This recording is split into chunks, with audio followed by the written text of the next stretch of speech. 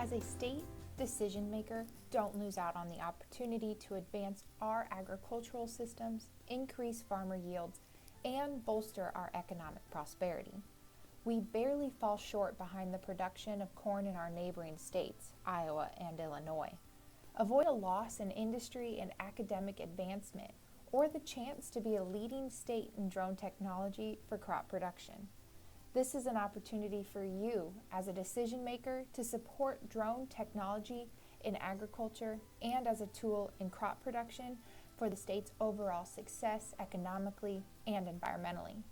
As 1 in 4 jobs are directly related to agriculture, and much of the state's land is dedicated to agriculture production.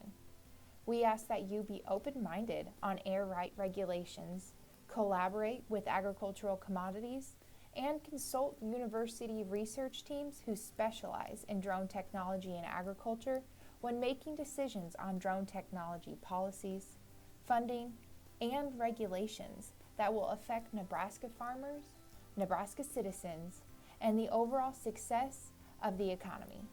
Thank you. We look forward to working with you.